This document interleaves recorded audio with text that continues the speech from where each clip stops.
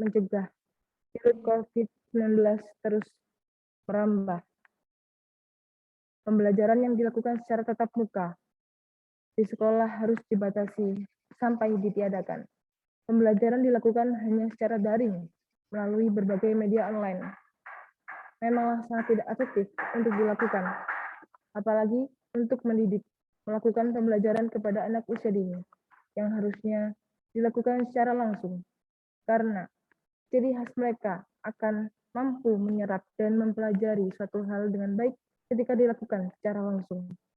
Guru tidak tahu perkembangan anak, dan tidak semua orang tua dapat memahami karakteristik belajar anak, apalagi memahami perkembangannya, serta bukan tindakan yang tepat agar mereka dapat berkembang dengan optimal. Perkembangan anak sangatlah rentan, terutama pada usia emas atau yang biasa kita kenal dengan golden age. Anak harus mendapatkan pendidikan dan pembelajaran yang sangat sesuai dengan tahap perkembangan serta cara yang tepat. Di masa pandemi ini, kita memiliki tantangan baru yang dihadapi oleh orang tua dan guru sebagai pendidik utama anak. Lalu bagaimanakah cara mengoptimalkan masa emas anak di pandemi ini? Problem tersebut akan dibahas di dalam kajian virtual ini yang akan disampaikan oleh Dr. Eko Setiawan. Dan di sesi ini akan ada 2 sesi, yakni yang pertama sesi pemaparan materi, dan yang kedua adalah sesi tanya jawab. Waktu dan tempat dipersilakan kepada Bapak Dr. Eko Setiawan. Baik, terima kasih Mbak Anissa. Saya izin share screen ya. Udah bisa ya? Iya Pak, sebentar. Oke.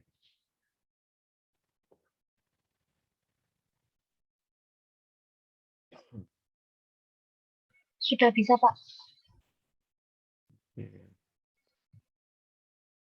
Sudah kelihatan?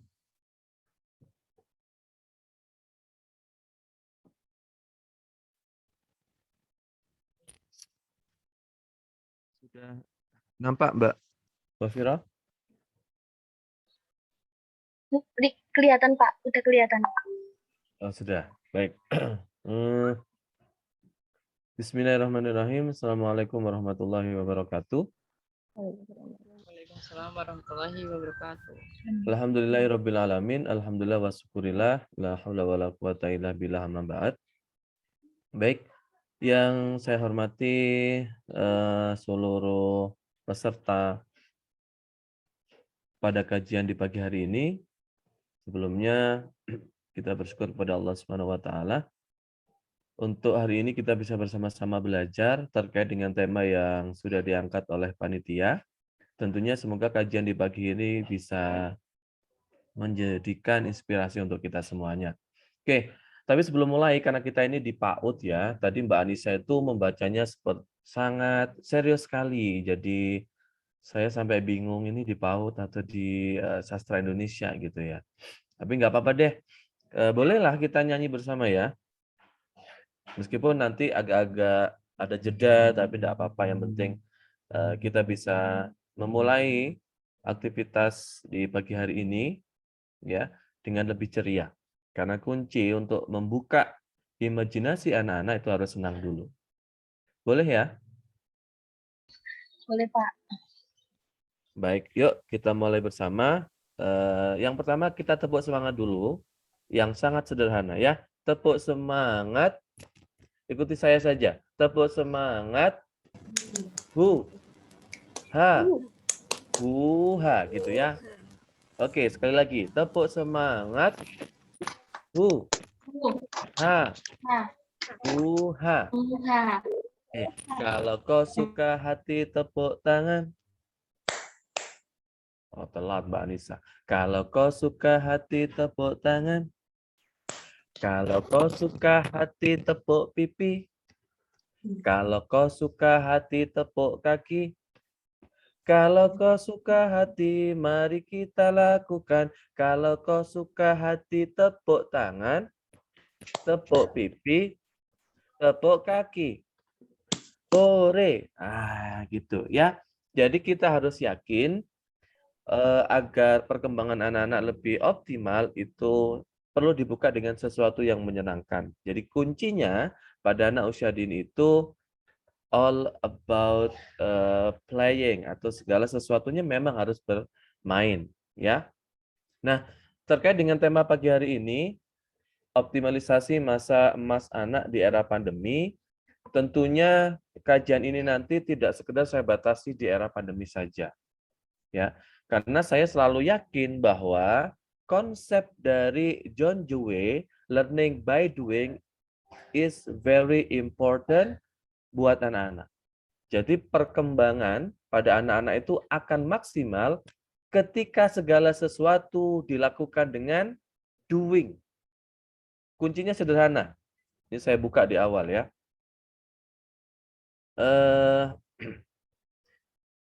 Kalau tangannya itu aktif, maka pikirannya aktif. Kuncinya hanya di situ. Hand on, when hand on, mind on. Sudah. Jadi kalau mau mengoptimalkan yang namanya golden age, itu hand-nya harus on. Maka otomatis mind-nya akan on, otaknya akan on. Maka kalau ada orang tua, ya, atau guru, anaknya baru megang dikit, kok rusak. Baru megang lagi sedikit, ngalih.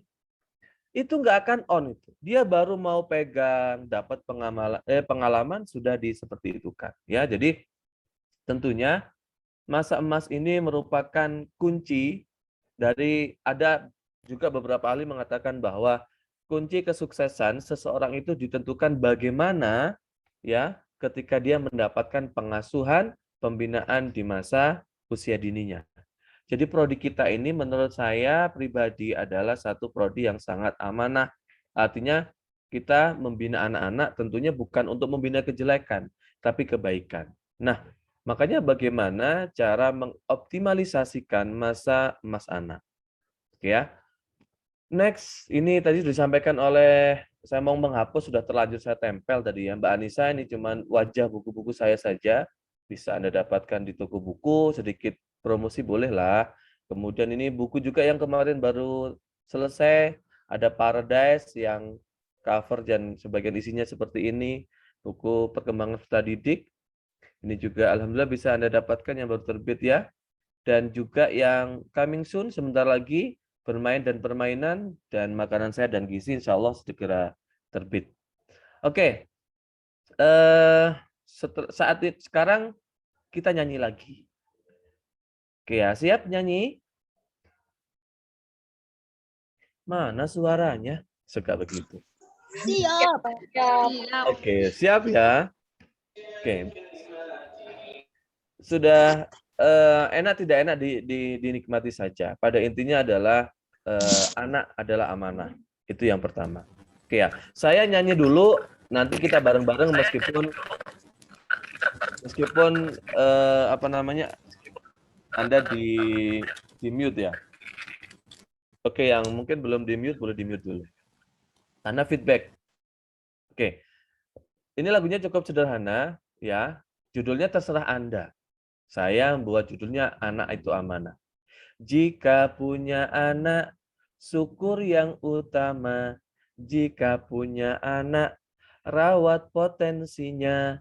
Jika punya anak, pahami dirinya. Jika punya anak, ngeluh tak apa ini? Ngeluh tak apa aja, Pak? Ngeluh tak berguna. Saya jadi bingung sendiri. Iya, jadi karena biasa tuh bareng-bareng nyanyi gitu kalau seminar. Kalau online gini tuh kayak nebak-nebak gitu. Oke ya, kita nyanyi bersama. Jadi meskipun saya nanti melihat gerak dari mulut Anda, berarti sudah nyanyi. Are you ready? Iya. Oke, siap sayang. Nah, gitu. Kan saya kalau di sekolah suka gitu. Oke ya, siap. Oke, yang semangat nyanyi. Oke, 1, 2, 3. Jika punya anak, syukur yang utama.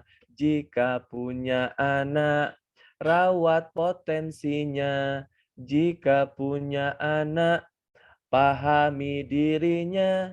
Jika punya anak, ngeluh tak berguna. Oke ya.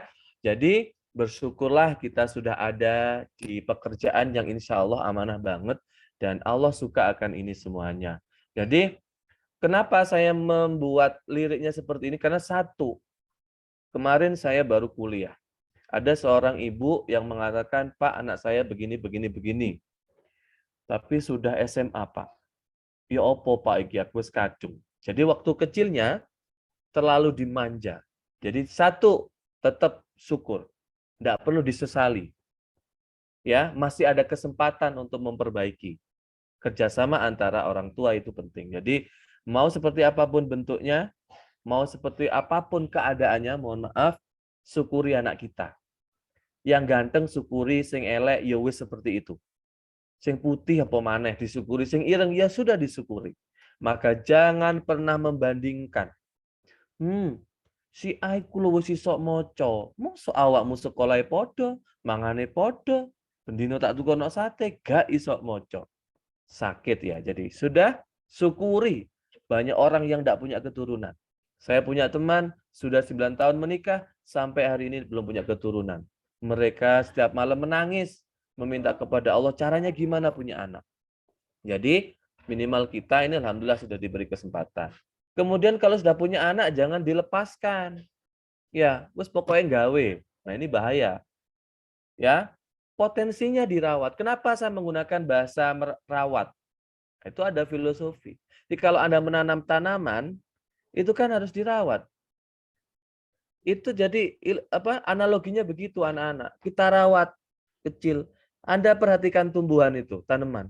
Kecil dirawat. Kalau sudah mulai bisa mandiri, mohon maaf ya, seperti yang coba saya lakukan di rumah, saya itu nanam pucuk merah. Dari kecil itu harus dirawat, air nggak boleh kurang, kurang sedikit mati.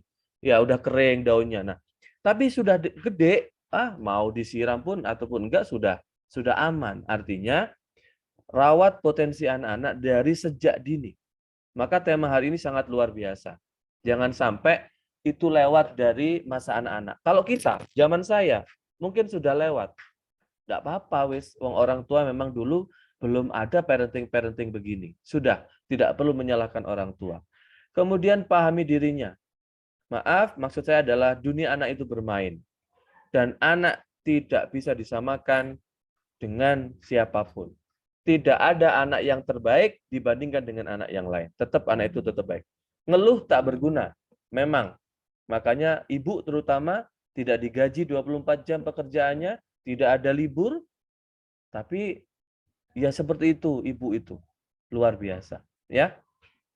Kita coba tengok dulu, Ibu ya, semuanya. Kita coba tengok salah satu video. Saya yakin Anda sudah tahu video ini, cuman saya coba buka lagi untuk membuka cakrawala kita di pagi hari ini. Let's call on the interested, the wide-eyed, the hopeful.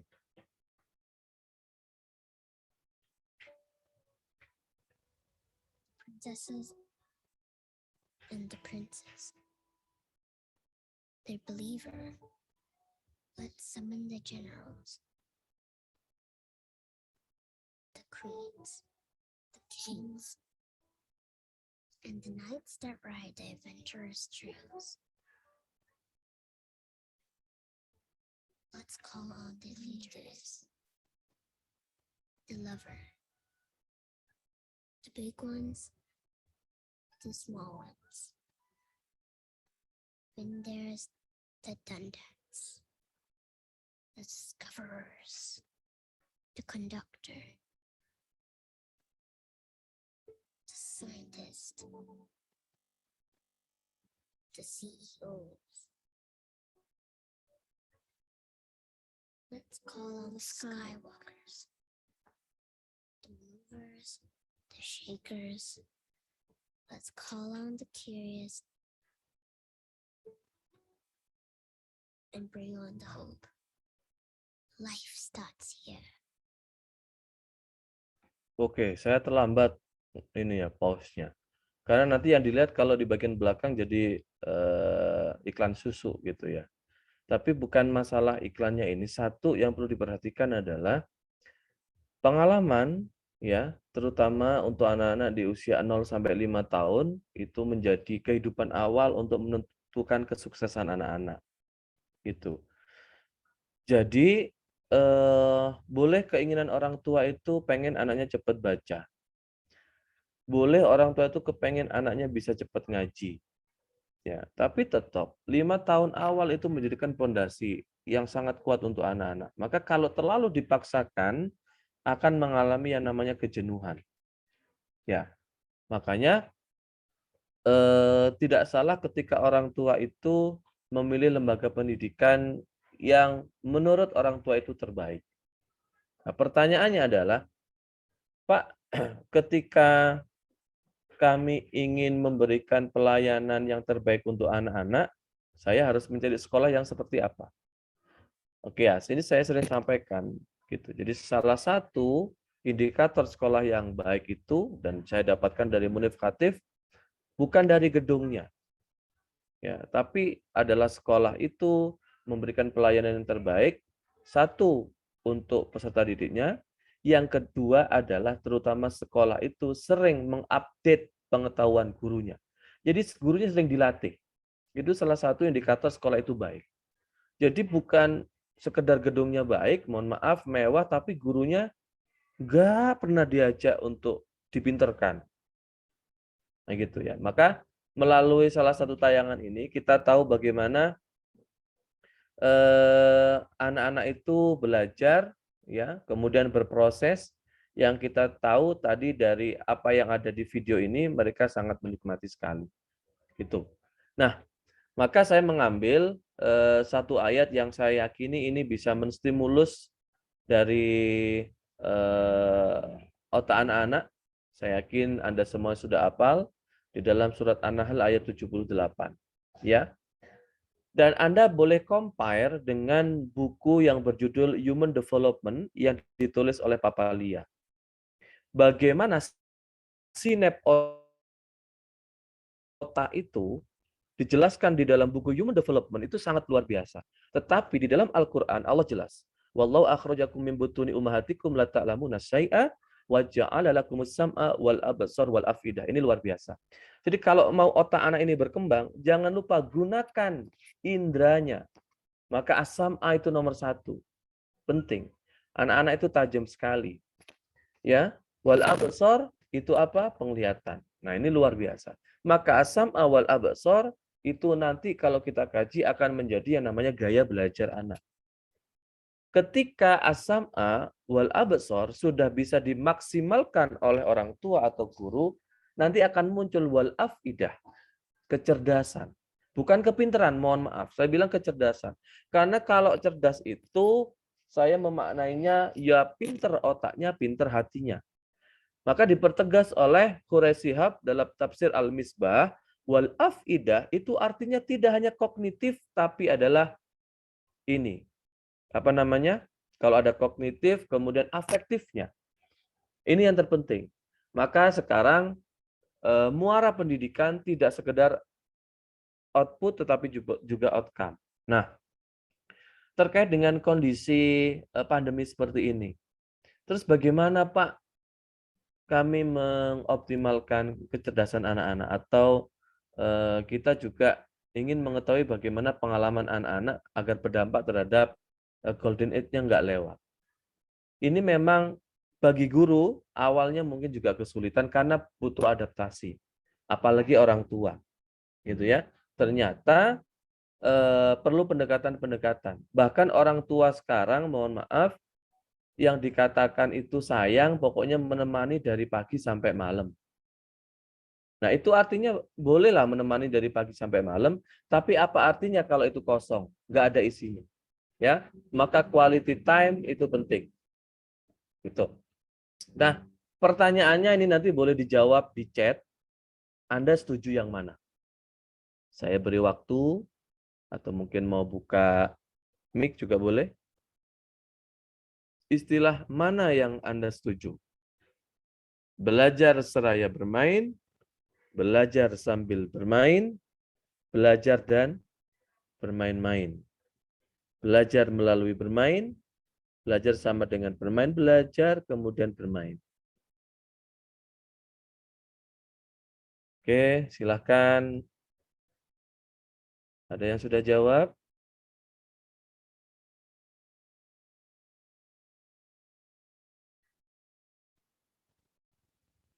Kalau malu bilang boleh di chat ya. Anda setuju yang mana? Belum ada yang jawab ya Mbak Wafiro? Mbak Viro deh yang mau jawab deh. Oh, enggak Pak, belum. Sebentar Pak. Oh itu mulai banyak tuh. 2, 3.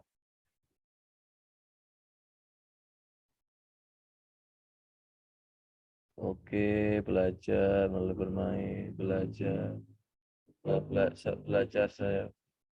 Wadah yang jawab tipe Pak, gitu ya. Coba. Ya, belajar melalui bermain. Oke. Ya, ini nanti, ini yang saya juga akhirnya meneguhkan diri ketika mengikuti satu seminar. Ya, awalnya juga di pemahaman saya berkiblat dari teori Montessori bahwa learning to play, playing to learn. Itu salah satu pijakan bahwa pembelajaran pada anak-anak itu dengan bermain. Tetapi akhirnya mendapatkan kesimpulan bahwa bermain sama dengan belajar. Ya belajarnya anak itu ya main. Mainnya anak itu ya belajar. Belajarnya ya main itu. Nah ini yang perlu kita yakinkan bagi orang-orang PAUD bahwa tidak perlu khawatir ketika anak-anak itu bermain. Jadi istilahnya sekarang diteguhkan lagi dengan apalagi ada konsep pembelajaran merdeka belajar, kalau pada anak-anak kan merdeka bermain. Maka ketika orang tua ataupun sekolah memberikan ruang bermain yang sangat luar biasa bagi anak-anak, ini juga akan sangat cukup menarik sekali. Bermain sama dengan belajar. Oke, kalau ini ada yang maba nggak, Mbak Wafiro? Boleh tanya dong. Yang maba ada yang mungkin bisa raise hand? Ada sebagian apa yang masuk? Gitu ya. Nggih.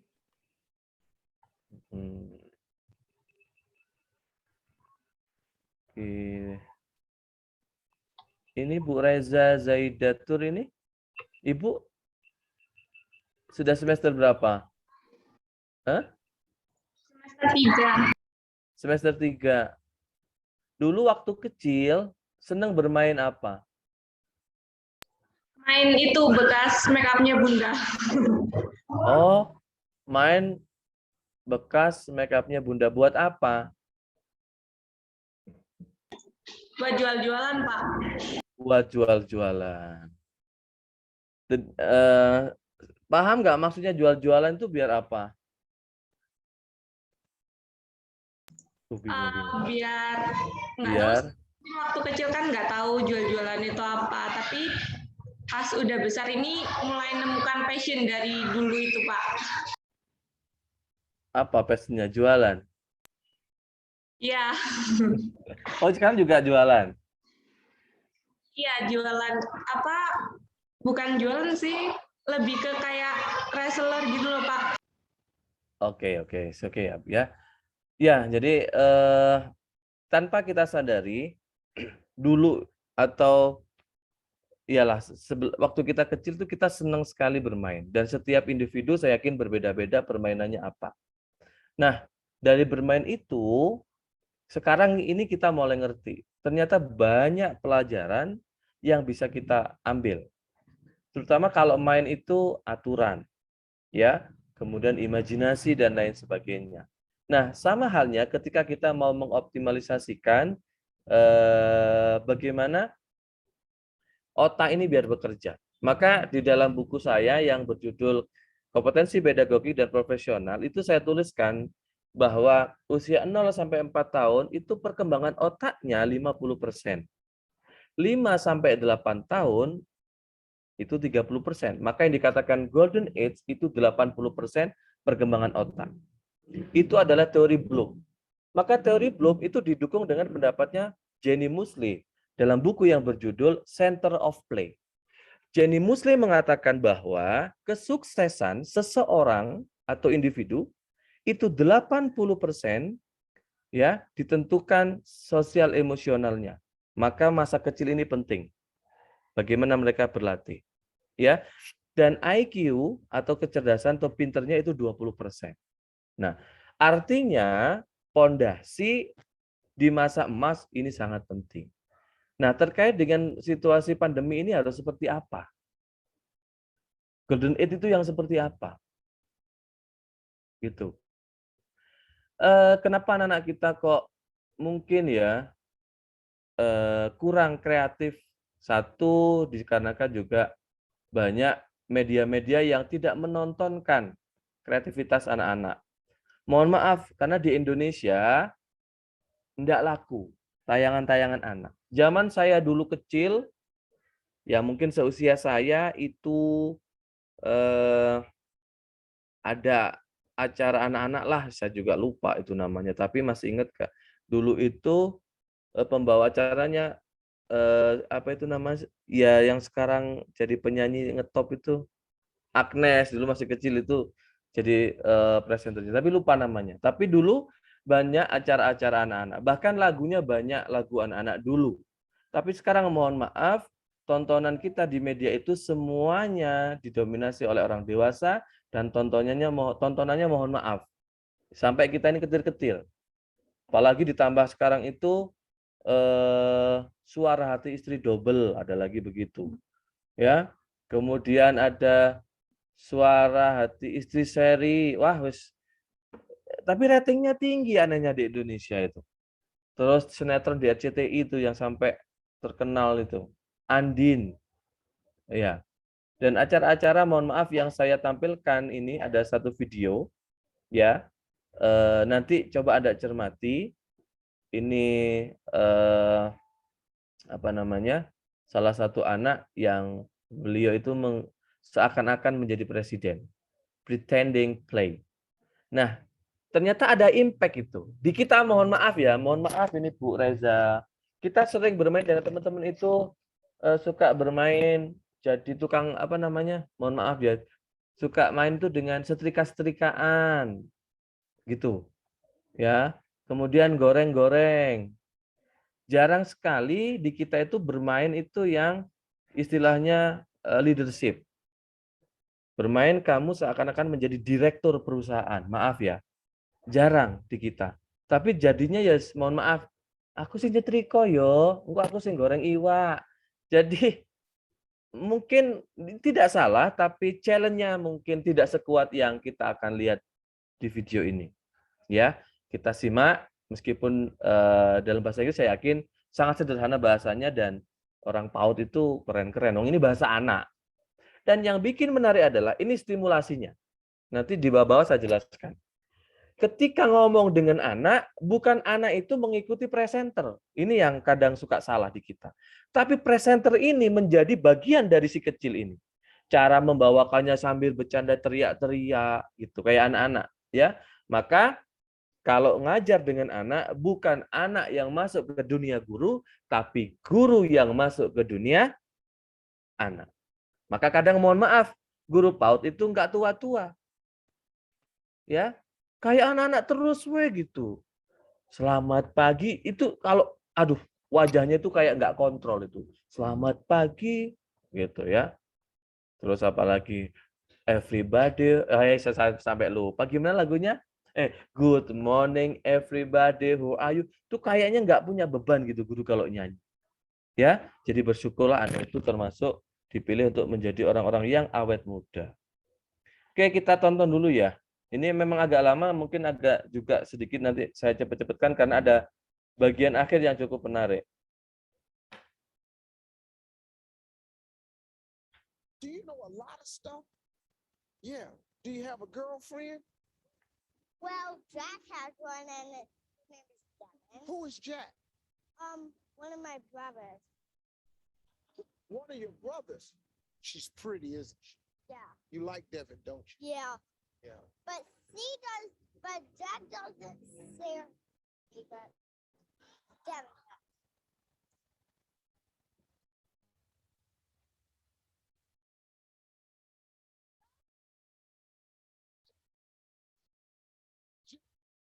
Doesn't share her with me. Well, old stingy Jack.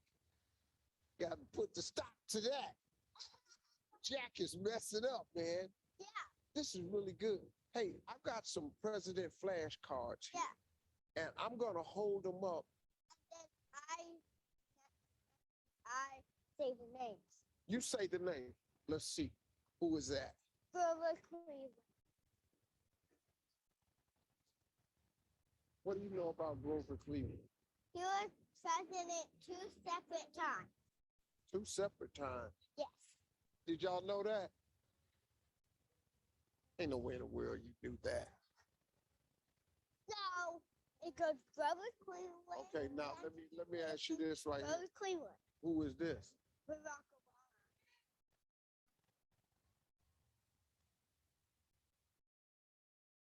Tell me what's a fun fact about President Obama?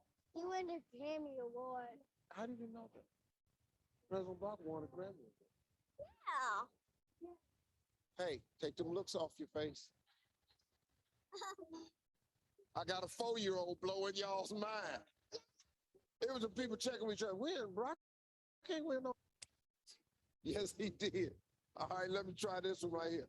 Got it. Yeah, that's who it is. Yes. What can you say about Ulysses S. Grant? He got a speeding ticket on his horse.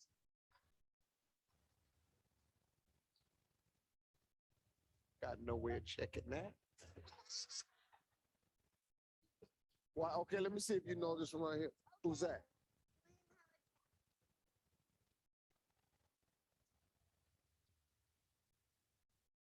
You know anything about him?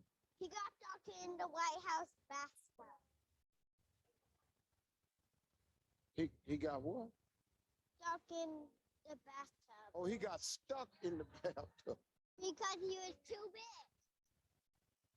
So they replaced the bathtub. He got stuck in the bathtub. Yes. Okay.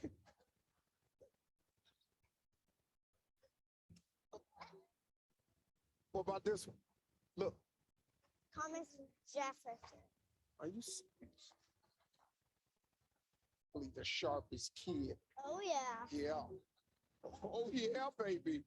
Oh, Yeah, no doubt about it.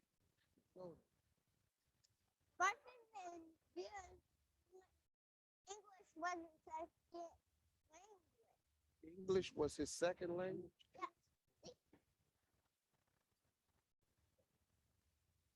I mean, I'm impressed with you. I got a surprise. You're gonna be the president one day, right? I want to. You want to. Hey, you ready? Come here, man. Look over there so you can practice being president.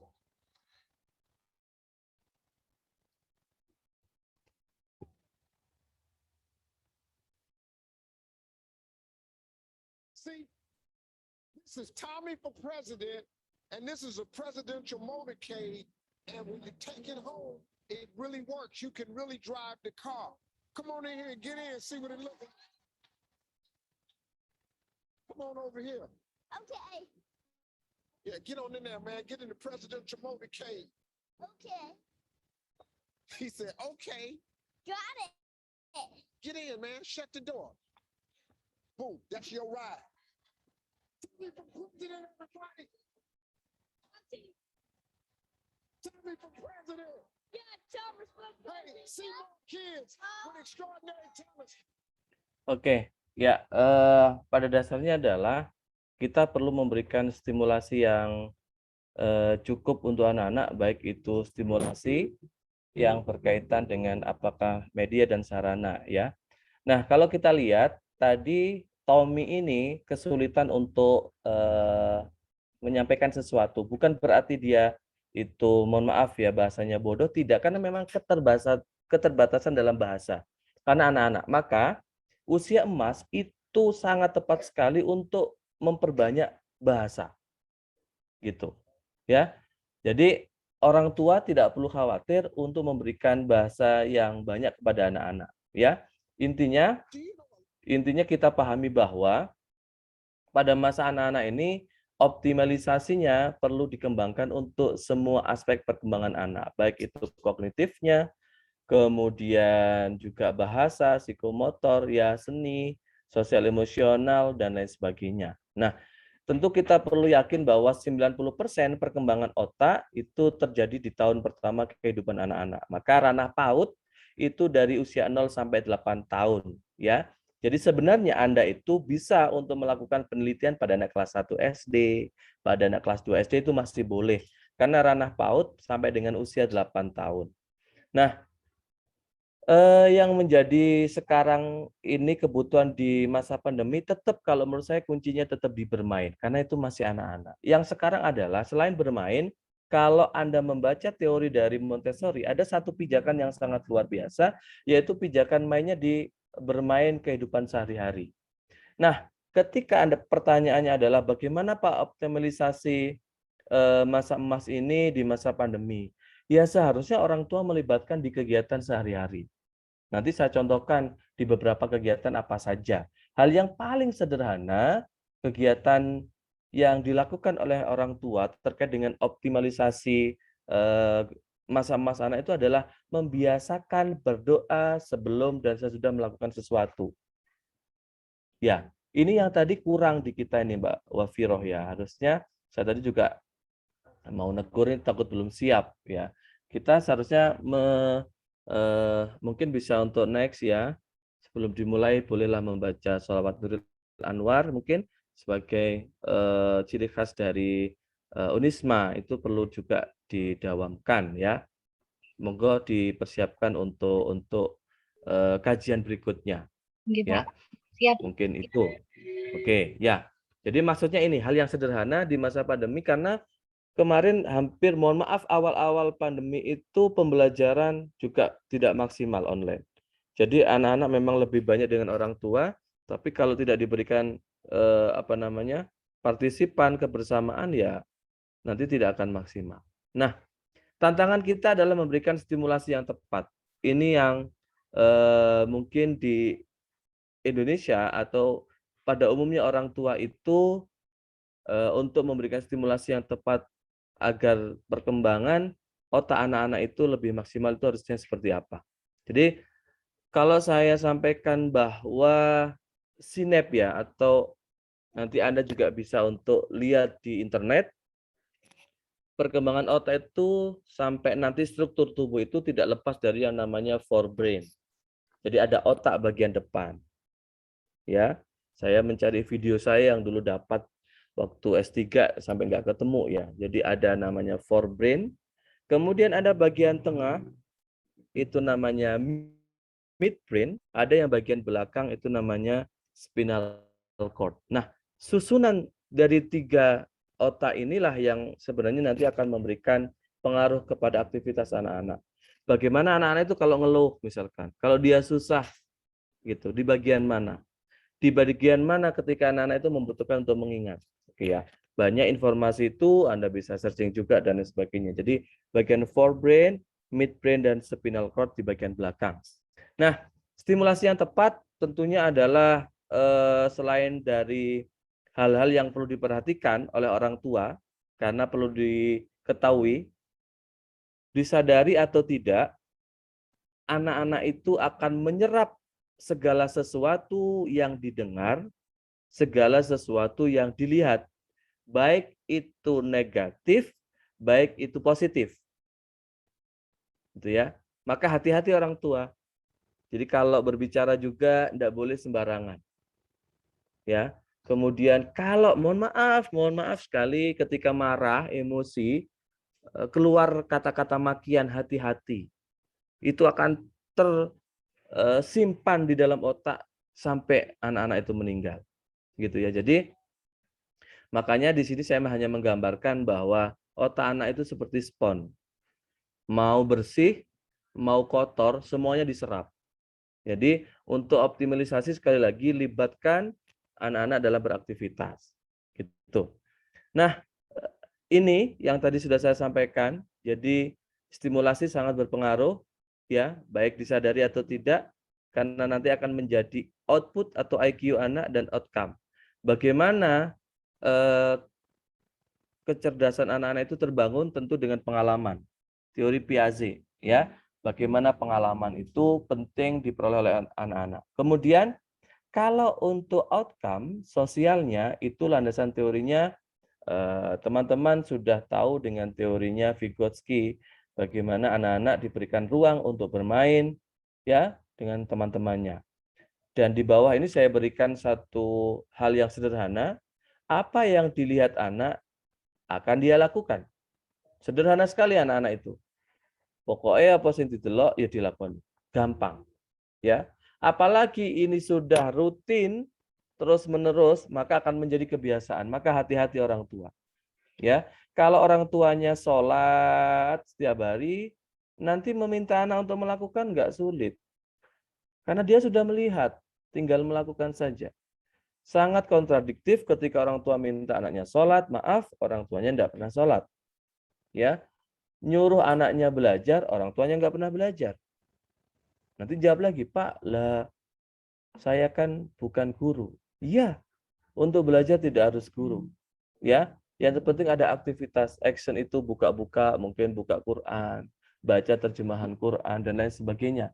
Itu bisa menjadi salah satu aktivitas yang cukup bisa untuk memberikan pengaruh terhadap perkembangan otak anak-anak.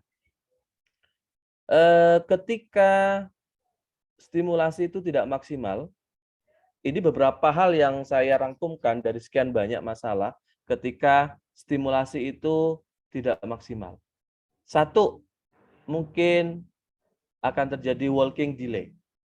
Sulit anak itu berjalan. Apa salah satu penyebabnya? Mungkin orang tua terlalu takut anaknya kotor. Jadi selalu diberi kaos kaki, baik di dalam rumah, baik keluar rumah. Maka motoriknya nggak bekerja. Karena di bawah kaki itu ada saraf yang memicu langsung ke otak.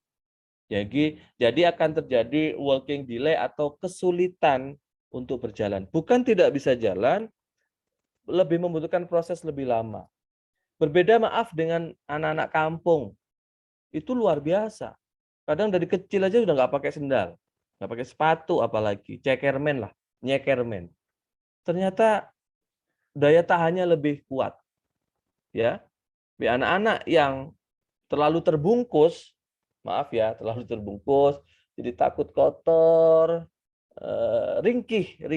Nah, itu ringkih. Kemudian juga kalau dukungannya tidak maksimal juga. Nah, hati-hati ini. Ya. Gak masuk. Apa? Hati-hati nanti kalau dukungan yang tidak maksimal akan terjadi speech delay. Anak-anak itu mengalami keterlambatan bicara. Apalagi di masa pandemi, maaf, orang tuanya jarang ngajak ngobrol. Udah ngegame terus, nonton TV-nya Bernard Beer misalkan. Sekarang sudah tidak tayang ya. Itu perlu dikaji bahwasanya kalau terlalu banyak main game kan interaksinya individual. Ya, jadi nggak komunikatif, akhirnya bahasa kurang, pengalaman ngomong kurang, terjadilah speech delay, keterlambatan dalam bicara. Ya, maka di sekolah itu kalau orang tua memahami dan juga teman-teman ini juga tentunya memberikan kontribusi yang sangat luar biasa. Bagaimana anak-anak untuk distimulasi agar bahasanya terus bertambah. Kemudian juga dukungan yang tidak maksimal, sulit mengontrol emosi. Artinya sulit mengontrol emosi, setiap aktivitas yang dia pengenin itu belum apa-apa sudah enggak.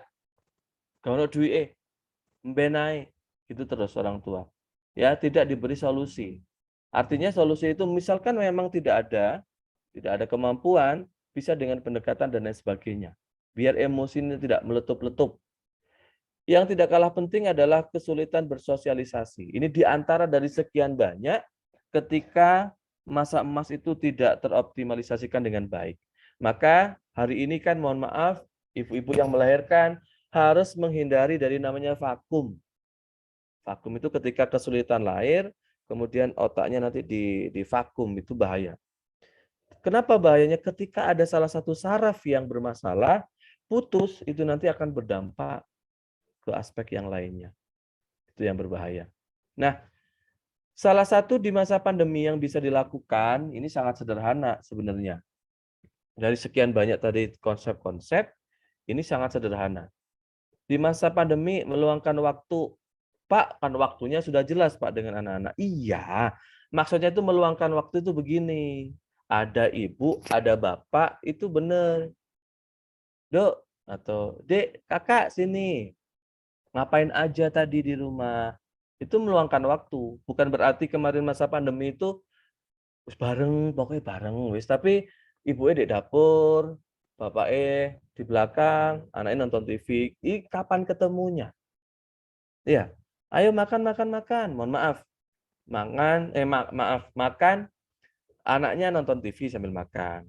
Bapaknya sambil ngopi makan di belakang. Ibunya juga menyendiri, misalkan.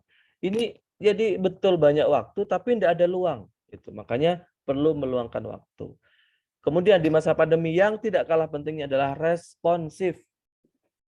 Responsif itu memberikan tanggapan ketika mau diminta ataupun tidak, tetapi yang berkaitan dengan anak. Apalagi diminta. Ibu-ibu, gambaranku bagus nggak, Bu? Tapi matanya lihat HP. Mohon maaf ya. Ngomong bagus atau api tapi matanya lihat HP. Itu beda. Gitu loh. Ya. Makanya harus responsif, betul-betul menunjukkan ketertarikan pada anak itu. Gitu. Kemudian juga bangun pagi. Alhamdulillah agama kita mengajarkan salat subuh ini luar biasa sekali. Yang akan berdampak terhadap perkembangan otak. Ya. Jadi perlu dibiasakan. Berdoa sebelum dan sudah aktivitas, kemudian membaca buku, itu salah satunya, atau cerita. Itu aktivitas-aktivitas yang bisa dilakukan di masa pandemi. Oke, sebelum selesai ya. Kemudian pemilihan mainan tentu harus tepat. Ini penting. Contohnya tepat tuh, misalkan puzzle. Kalau anaknya masuk usia 3 tahun, ya janganlah dikasih puzzle yang berat-berat. Ya, jadi semakin sulit yang dikerjakan anak-anak, bukan semakin anak itu menjadi pintar, semakin membuat anak itu putus asa dan akhirnya malas mikir. Semakin puzzle itu mudah, anak merasa bisa memasangkan, muncullah kepercayaan diri dan dia semangat untuk melakukan yang lainnya lagi. Gitu ya, perlu diperhatikan. Ini gambarannya, bahwa ini ilustrasi. Perhatikan. Maaf. Ini yang ada kursor yang saya tunjuk adalah sinep atau otak anak-anak yang baru lahir. Masih ringkih atau arang-arang. Karena belum ada pengalaman. Belum ada pengalaman. Makanya kalau ingin pengalamannya nambah, tahapan berpikirnya kita gunakan PAZ, teorinya. Sensor motorik, gitu ya. Kemudian nanti praoperasional, gitu, operasional formal, operasional konkret itu penting. Tetapi ketika diberi cukup nutrisi, kasih sayang, pengalaman atau stimulasi, ini yang terjadi, maka sinapnya semakin lebat. Semakin kuat itu artinya. Artinya semakin kuat. Ya, semakin kuat. Nah, tetapi juga ketika perkembangan tumbuh kembangnya itu tidak maksimal dan tidak optimal, otaknya ya ringkih lagi. Nah, gitu. Nah, maka jangan takut untuk memberikan pengalaman banyak kepada anak-anak. Kemudian 3 hal yang sangat penting untuk perkembangan otak, teorinya benar, jangan lupa, anak itu harus aktif, ya, learning by doing itu penting, iconic, ya, Ikonik itu juga sangat-sangat diperlukan oleh anak-anak. Ikonik itu apa sih? Menganalogikan. Contoh, 2 seperti bebek, 4 kursi terbalik, seperti itu. 7 tongkat kakek. Ya, saya yakin Anda punya versi-versi yang banyak. Yang terpenting bisa membawa anak-anak untuk berimajinasi. Simbolik adalah hakikat dari apa yang dipelajari oleh anak. Nah, kemudian TPA, PAUD, RA, dan TK sangat penting. Ini kita rasakan ketika masa pandemi. Ya, jadi saya sangat meyakini bahwa pembelajaran langsung untuk anak usia dini itu sangat-sangat penting sekali dan sangat diperlukan sekali. Jadi, yuk kita jadikan TPA, PAUD, RA, TK ini menjadi tempat-tempat yang menyenangkan sebagaikan taman agar anak-anak bisa belajar juga dengan sangat bahagia. Terakhir, saya tutup dengan satu ungkapan bahwa setiap anak adalah bintang. Oke ya. Setiap anak adalah bintang, semuanya ibu, mbak-mbak yang hadir di sini, yang ada di ruangan ini, tidak ada anak yang bodoh. Kalau kita kenal Gardner, 8 kecerdasan, bagaimana otak ini bisa berkembang, ya memang tadi tidak saya bahas secara terinci, karena 8 kecerdasan ini sangat luar biasa. Mungkin nanti kalau ada pertanyaan lah biar enak ya. Bagaimana anak-anak nggak bisa matematika, tapi dia itu visual spasialnya itu tinggi. Bagaimana anak-anak yang ininya mungkin tidak tinggi, tapi di musikalnya tinggi, ya. Dan intinya setiap anak adalah bintang. Kemudian anak bukan miniatur orang dewasa. Ini perlu kita pahamkan kepada orang tua bahwa anak-anak kita semua adalah amanah yang perlu disyukuri. Terima kasih. Mungkin ini ya kepada moderator, tentunya nanti semoga bisa lebih interaktif. Dari saya ucapkan sekian. Assalamualaikum warahmatullahi wabarakatuh. Waalaikumsalam warahmatullahi wabarakatuh. Terima kasih kepada Pak Eko telah menyampaikan materi. Untuk selanjutnya adalah sesi tanya jawab. Monggo dari teman-teman yang mau bertanya bisa langsung membuka mute-nya, membuka mikrofonnya. Kami batasi 3 pertanyaan awal.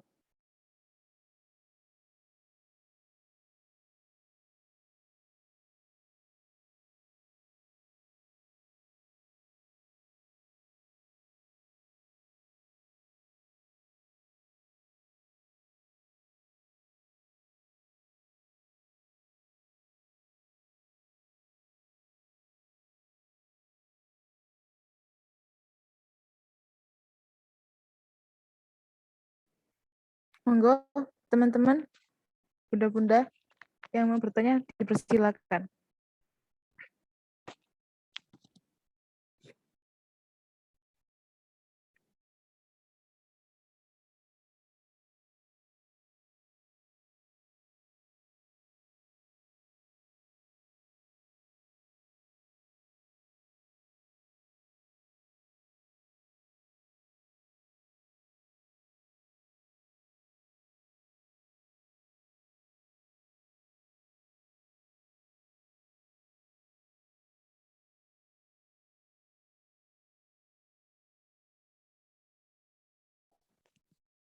Mungkin pertanyaannya bisa ditulis juga di kolom chat kalau tidak berani buat bicara secara langsung. Monggo.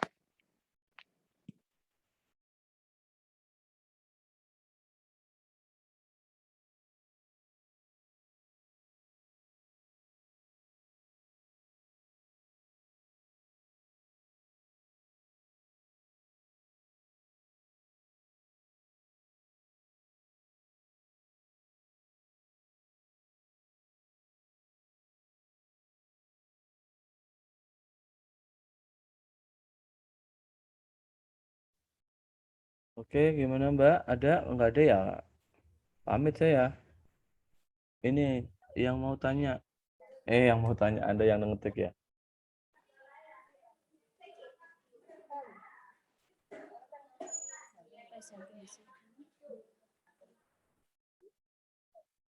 Mari kita menjelaskan kepada materi kepada anak. Pada anak yang Mbak Ayu, ya monggo. Pak, Assalamualaikum warahmatullahi wabarakatuh. Saya Putri Oke. Rizky, Pak, dari semester 7. Ngapunten, Pak, mau tanya. Ya, Tadi kan dibahas tentang keterlambatan berbicara anak, ya, Pak. Iya, ya, Itu- Mbak. sejauh ini stimulus apa, Pak, yang sangat mungkin bisa diterapkan gitu loh, Pak? Ya, Yang efektif maksudnya. oke. Terima kasih, Pak.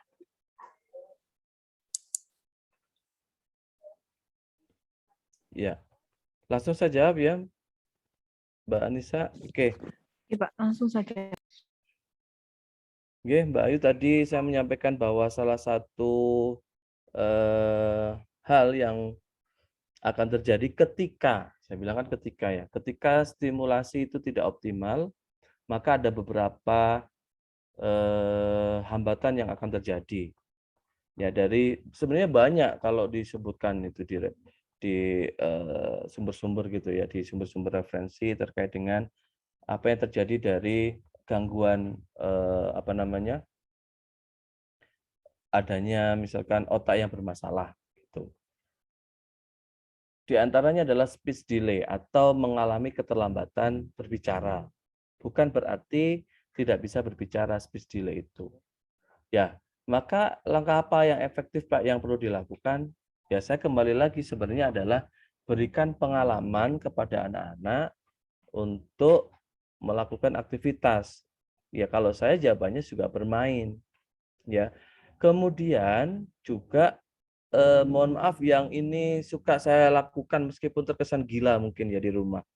Saya suka mendudukkan anak-anak saya ketika mereka terlihat tidak ngapa-ngapain. Gitu. Dari yang paling gede yang paling gede nomor 2 sampai yang kecil sendiri itu saya ajak duduk seakan-akan kita meeting. Gitu. Saya juga pernah mengatakan bagaimana Bu Salis gitu. Itu yang paling kecil anak saya yang TK itu saya mengatakan begitu. Menurut Anda bagaimana perkembangan perusahaan? Dia itu jawabnya juga nggak jelas, wong perusahaan aja nggak ngerti. Nah, tapi saya ajak untuk menggali. Nanti kan dia ngomong apa, saya timpali lagi. Oh, nggak tahu Pak. Tiba-tiba tidak masuk. Nah, itu kan jawabannya nggak jelas. Bagaimana agar karyawan itu tetap masuk, terus ini Bu Salisnya juga bisa mengembangkan gitu ya. Nah, ini hanya beberapa langkah-langkah yang dari sekian banyak hal ya. Selain dari juga kita memberikan buku bacaan. Mohon maaf, di rumah saya banyak komik. Kalau buku pelajaran, anak-anak saya mohon maaf sekali kurang begitu tertarik karena nggak banyak gambar. Di rumah saya banyak komik. Terutama komik apa itu yang ya anak-anak sekarang itu ya, yang komik-komik bergambar itu banyak. Jadi itu langkah-langkah sih sebenarnya ya yang saya pikir bisa juga untuk menstimulasi perkembangan otak anak-anak. Selain dari banyak hal, libatkan tetap bermain karena bermain itu komunikasinya akan banyak sekali. Kurangi bermain gadget. Ya, mohon maaf, kurangi bermain gadget karena itu gadget itu apatis. Anaknya diam, nggak ngomong, cuma tangannya yang akan berbicara. Ya, selain juga tentu aktivitas di sekolah akan sangat banyak membantu. Seperti itu Mbak Ayu. Iya, Pak, terima kasih atas pencerahannya, Pak Eko. Apakah ada feedback Mbak Ayu?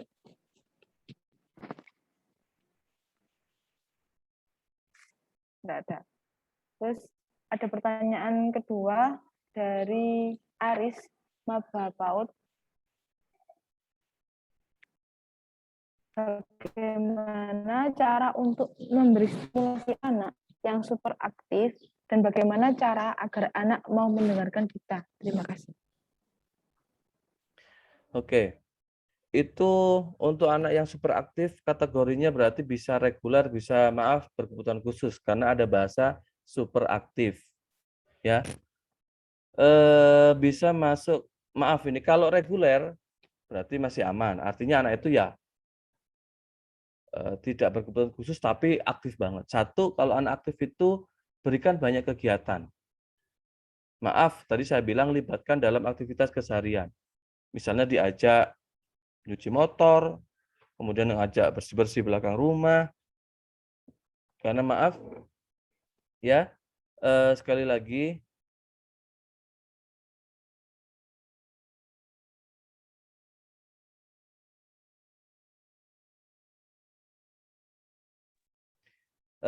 jadi anak-anak itu karena over energy. Ya, jadi kalau dia sering bermain atau banyak main, itu akan menguras tenaganya dan akhirnya cepat istirahat. Itu untuk yang pertama. Kemudian yang kedua, ketika anak itu kategorinya super aktif ya, itu mungkin bisa masuk kategori di apa namanya ADHD. Ya, attention disorder ya, hiperaktif. Ya. Jadi saya ulangi, ADHD adalah attention deficit hyperactive disorder. Gitu. Jadi maksudnya adalah anak-anak yang mengalami gangguan konsentrasi, susah fokus, tetapi aktif. Makanya memang tenaganya harus dikuras, diberikan banyak aktivitas. Dan juga bagaimana biar dia itu mau fokus, terutama oleh guru ya, diikat dulu emosinya. Kedekatan itu penting. Maka partisipan learning. Kalau nyuruh dia bekerja, yang nyuruh tadi ikut bekerja. Anak-anak aktif itu sukanya begitu. Nggak bisa anak aktif itu dia disuruh ngapain tapi cuman merintah aja, itu mereka juga akan berpikir. Ya, jadi libatkan banyak aktivitas untuk mengurangi energinya agar dia bisa lebih tenang. Kemudian kedekatan dan partisipan learning itu penting. Artinya kalau kita minta ya untuk melakukan sesuatu ya kita harus join. Seperti itu Mbak Nisa.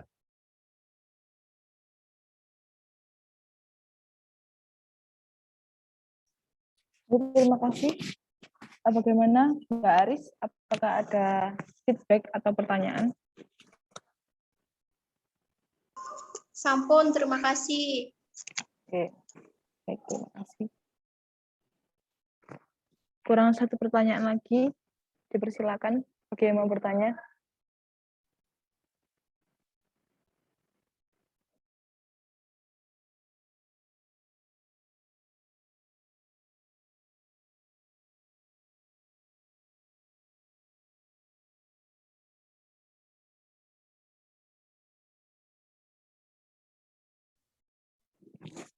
Bagaimana? Cukup ya Mbak.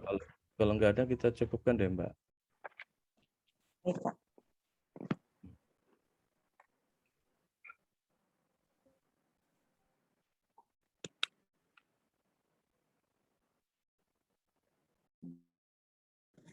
Kalau gitu saya Pak yang mau bertanya. Siapa? Saya sendiri. Oh moderator ya, nggih. Oh iya. Ya. Jadi gini Pak, bagaimana ketika menghadapi anak yang sangat pendiam, terus kurang bersosialisasi, terus ketika diajak ngomong sama gurunya itu nggak respon gitu. Terus kita udah ngasih kayak mainan, pokoknya intinya mancing-mancing gitulah ke anaknya. Tapi tetap anaknya diem, nggak gerak, ya nggak ngomong, cuma ketip-ketip aja gitu. Itu gimana Pak? Dan juga anaknya itu kalau kayak ke temennya itu pilih-pilih kalau emang temen itu bener sejalan sama dia bisa dia bisa ya guyon, ya bisa bicara jagongan gitu. Tapi kalau ke orang lain enggak. Itu gimana Pak cara menghadapinya? Iya. Mungkin ini mahasiswa ya. Kok bisa jagongan gitu maksudnya. Ya, tapi yang pertama Mbak perlu dilakukan asesmen.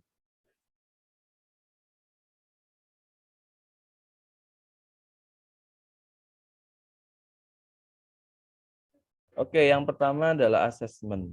Artinya kita perlu tahu latar belakang anak itu kenapa. Kalau anak tadi, karena Anda bilang kan, maaf, tadi dia itu pendiam, kemudian kedip-kedip. Saya takutnya ada traumatis.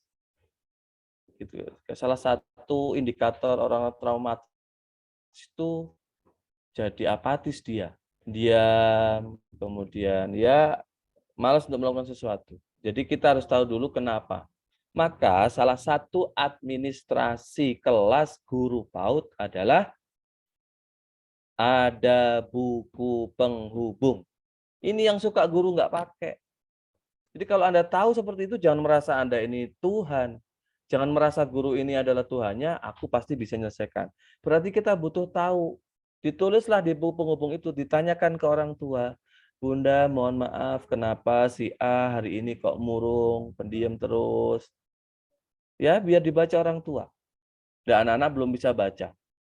Jadi nggak perlu takut Anda menuliskan pertanyaan tentang anak itu. Jadi salah satu administrasi kelas yang jarang digunakan oleh guru, ada bukunya, tapi nggak pernah digunakan.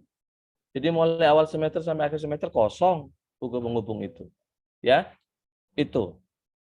Kemudian posisikan kalau kita guru ini ya seakan-akan kita itu berada di posisinya.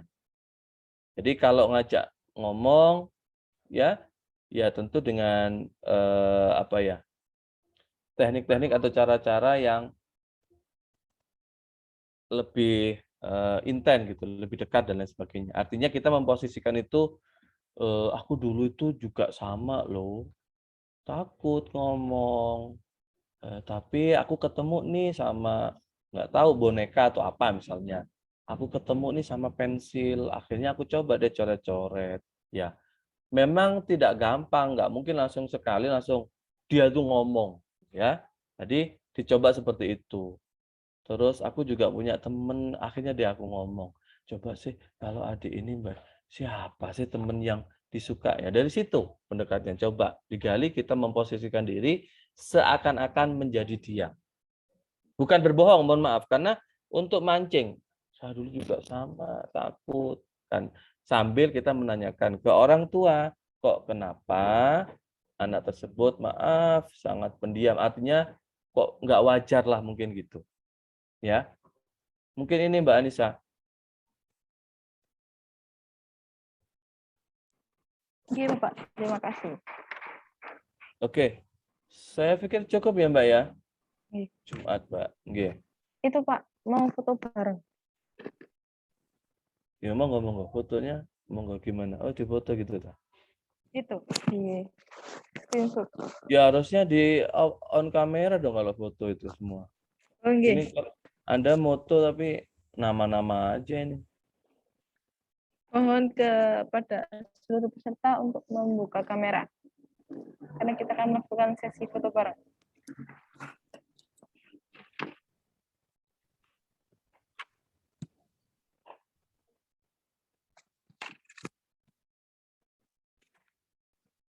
Oke, sudah?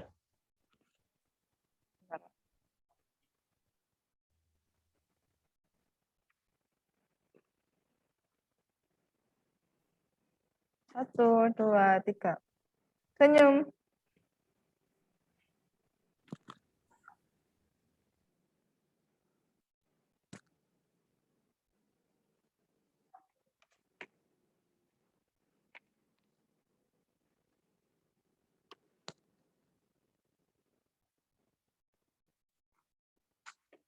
Sekali lagi. Satu, dua, tiga. Baik, terima kasih.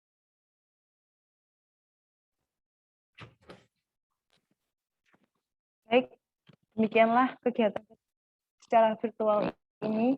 Terima kasih kepada Bapak Dr. Eko Setiawan yang telah menyampaikan materinya dan berbagi pengalamannya dengan kami.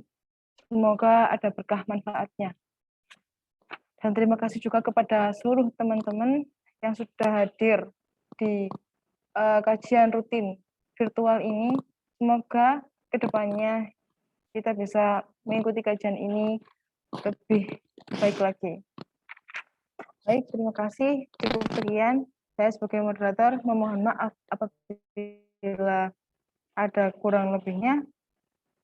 Wassalamualaikum warahmatullahi wabarakatuh. Dan untuk meninggalkan Zoom ini, adalah kita membaca doa kafaratul majelis. Bismillahirrahmanirrahim.